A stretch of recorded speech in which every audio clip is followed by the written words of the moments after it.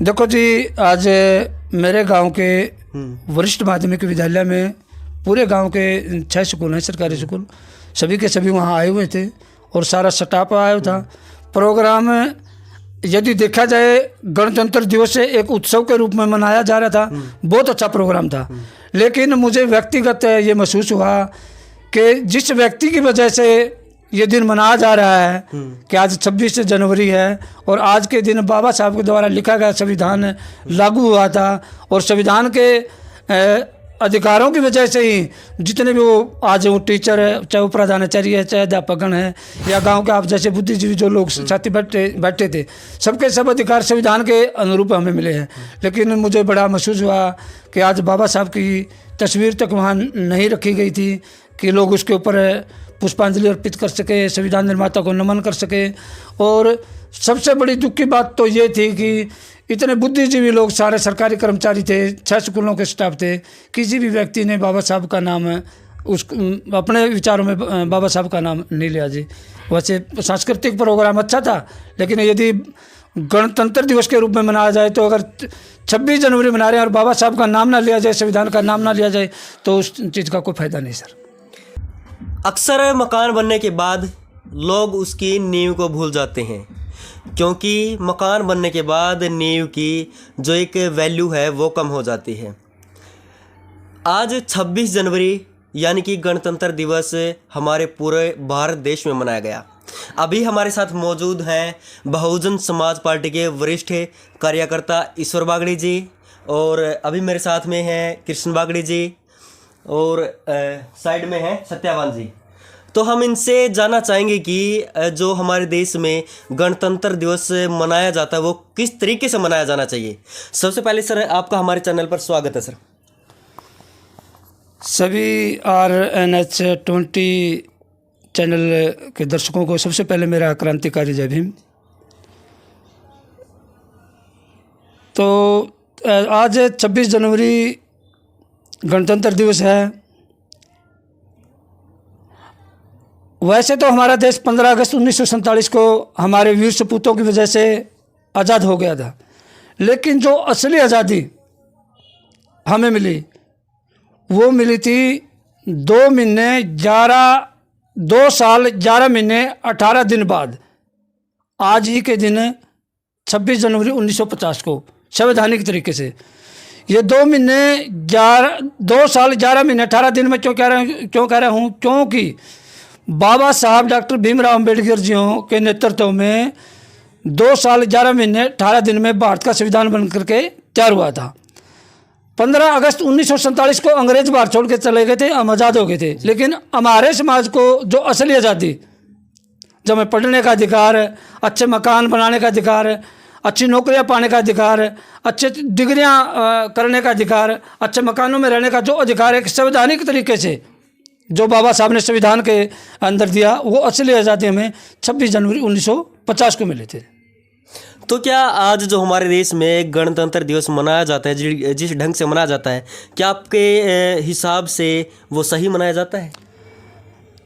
मेरे हिसाब से जहाँ गणतंत्र दिवस मनाया जाता है हमारे समाज के बीच के लोगों में, हमारे समाज के जो लोग मनाते हैं वो बाबा साहब की और संविधान की बात करते हैं, वो असली गणतंत्र दिवस है जी। मैंने देखा है, मैं प्रोग्रामों में भी गया भी हूँ और हम आप जैसे साथियों के चैनल के माध्यम से भी देखते हैं। हाँ जी। बच्चों को डांस कराए जाते हैं, बाबा साहब की तस्वीर तक नहीं रखी जाती और यहाँ तक कि बाबा साहब का कोई गुणगान नहीं किया जाता, नाम तक नहीं लिया जाता, मात्र बच्चों को नचा करके मनाया जाता है 26 जनवरी गणतंत्र दिवस है। बच्चों को ये नहीं पता भाई गणतंत्र दिवस क्या चीज़ है, 26 जनवरी हमारे लिए हमारे क्या महत्व है। खाली बच्चों को मनोरंजन का साधन बना रखा है जी। और एक्चुअल में देखा जाए तो 26 जनवरी हमारे लिए सबसे बड़ा पर्व है, क्योंकि एक समय था जब देश आज़ाद नहीं था, उससे पहले हम अंग्रेज़ों के गुलाम थे और उससे भी पहले हम खास करके यदि हम अपने समाज की बात करें, बहुजन समाज की बात करें, दलितों की बात करें, तो हमारे समाज के लोगों को तो किसी भी प्रकार के अधिकार नहीं थे। अच्छे कपड़े पहनने का अधिकार नहीं था, पढ़ने लिखने का अधिकार नहीं था। तो इसलिए आज़ादी हमें जो मिली है वो संविधान से मिली है, और संविधान 26 जनवरी 1950 को लागू हुआ है। तो जहाँ हमारे समाज के लोग मनाते हैं वो असली गणतंत्र दिवस है और बाबा साहब के विचार रखते हैं, वो असली विचारधारा है, और कुछ लोग खाली मनोरंजन के रूप में इसको मनाते हैं। तो जैसे अभी आपने बताया कि 26 जनवरी मनाया जाता है, स्कूलों में भी, कॉलेज में भी, और कई जगह पे मनाया जाता है, लेकिन वहाँ पर जो हमारे संविधान निर्माता है बाबा साहेब की प्रतिमा तक नहीं रखी जाती, तो लोगों की इसके पीछे क्या मानसिकता है? क्या हम आज भी गुलाम हैं? देखो, ये बिल्कुल इसमें कोई दो राय नहीं सर। बाबा साहब सिंबल ऑफ नॉलेज, ज्ञान के प्रतीक कहे जाते हैं। दुनिया का छठा दिमाग है और भारत का पहला दिमाग है। ये मैं यदि कहूँ तो भारत का पहला वो शिक्षित महामानव थे डॉक्टर भीमराव अम्बेडकर जी, जिसने इतनी डिग्रियां की कि आज तक कोई भी व्यक्ति उनके बराबर की एजुकेशन नहीं ले सका। लेकिन आप देखते हैं, आपने भी देखा होगा, आपके चैनल के माध्यम से भी आप लोगों को दिखाया होगा, सबसे ज़्यादा जो अपमान किया जाता है, एक संविधान निर्माता की मूर्तियाँ तोड़ी जाती है पूरे देश के अंदर है। और इसको संविधान के बारे में भी दूसरे समाज के लोग हैं जो गालियाँ देते हैं और बाबा साहब को भी गालियाँ बकते हैं। एक सिंबल ऑफ नॉलेज होने के बावजूद भी लोग इसको उसी तरह से देखते हैं जैसे कि आम दलित को देखते हैं। अमेरिका के लोग कहते थे अगर ये व्यक्ति हमारे यहाँ होता तो हम इसको सूरज की बातें चमकाते। लेकिन बड़े दुर्भाग्य की बात है कि बाबा साहब को आज इंडिया के अंदर जो 85% जो लोग हैं, हमारे जो बहुजन समाज के लोग हैं, वो इसको मानते हैं, वो इसको संविधान को मानते हैं। जी, नमस्कार जी। नमस्कार जी। तो आज जिस तरीके से हमारे देश में, पूरे भारत देश में 26 जनवरी मनाई गई, लेकिन कहीं ना कहीं बाबा साहेब का जिक्र हमें कम मिलता है, ऐसे क्यों सर? बिल्कुल अच्छा सवाल किया आपने, बहुत जायज़ सवाल आपका। बाबा साहब ने 26 जनवरी 1950 को हमारे देश का संविधान लागू हुआ था। 26 जनवरी 1950 को हमारा संविधान लागू हुआ था, तो उसमें बाबा साहब के बारे में बच्चों को भी, आने वाली पीढ़ी को बताना चाहिए भाई संविधान में हमारे के क्या अधिकार है, के कुछ है। जैसे भाई साहब ने बताया कि भाई नाच गाना चलो ठीक है, बच्चों का मनोरंजन हो जाता है, बच्चे कुछ एक्टिविटी अपनी दिखाते हैं तो उनको भी कुछ आगे बढ़ने का मौका मिलता है। परंतु जो संविधान की बात है, संविधान के ऊपर फोकस रहना चाहिए, चाहे वो बड़े लेवल के अधिकारी है, स्कूलों में, कॉलेजों में, कहीं भी मनाओ। सुझाव अच्छा है ये, भाई उनके संविधान के प्रति ज़्यादा होना चाहिए ताकि आने वाली पीढ़ी ने पता चल जाए संविधान में मेरे को क्या क्या अधिकार है, संविधान कैसे बनया, कि कितने दिन में तैयार हुआ। फोकस में मैंने इस पर रहना चाहिए, ये था जी। तो सर मैं आपसे जानना चाहूँगा कि हमारे देश का जो संविधान है वो कैसा है? हमारे देश का संविधान पूरे वर्ल्ड में सबसे बड़ा संविधान है। और यदि हम संविधान की बात करें, छोटा हो या बड़ा हो, बाबा साहब ने कहा था कि संविधान कितना ही अच्छा क्यों न हो, यदि उसको चलाने वाले लोग अच्छे नहीं होंगे तो अंततः संविधान बुरा ही होगा। और यदि संविधान कितना भी बुरा क्यों न हो, यदि इसको चलाने वाले लोग अच्छे होंगे तो संविधान अंततः अच्छा ही होगा और देश विकास की ओर जाएगा। जी सर। नमस्कार जी। नमस्कार जी। तो आपको क्या लगता है कि जो हमारे देश में 26 जनवरी मनाई जाती है, गणतंत्र दिवस मनाया जाता है, वो सही तरीके से मनाया जाता है या नहीं मनाया जाता? देखो भाई, जितने तो स्कूलों में कोई नहीं गई, क्यों इतनी नॉलेज को नहीं थी। ये फोन फान देखा, हाँ बाबा साहब अम्बेडकर ने जो संविधान दिया, बच्चा ने पढ़ने लिखने का, महिलाएं का अधिकार दिया, गणित तो बात के बताऊँ, हमने तो नॉलेज कोई नहीं थी, बिरादरी तो बिलोंग करा हम रियासी थे। ये भी बच्चे बुच्चे पढ़ा मारे तो 3 बार तो मेम्बर पढ़ा बारी आएगी नहीं, पहला तो कोई नहीं थी हमारी बारी। ये बाबा साहब ने जो कुछ दिया है नहीं, तो आप बता दें भाई का तारी बारी है। कोई भी जो संविधान के कारण बोलते हैं अगले भाई जो उसने अधिकार दिया वो अधिकार हमारे को मिलने लग रहा है, थोड़ा पूरी जानकारी हमें नहीं है अब तक लेने की। अगर बच्चे पढ़ेंगे, कुछ जागरूक होंगे, वहाँ तक जाएंगे। जब बाबा साहब का बहुत बहुत धन्यवाद, वहाँ तक भी बच्चे जान लगे उसकी दया से। तो सर मैं आपसे जानना चाहूँगा कि जो महिलाएं हैं उनको जो बाबा साहेब ने संविधान लिखा उनको क्या फ़ायदा मिला है?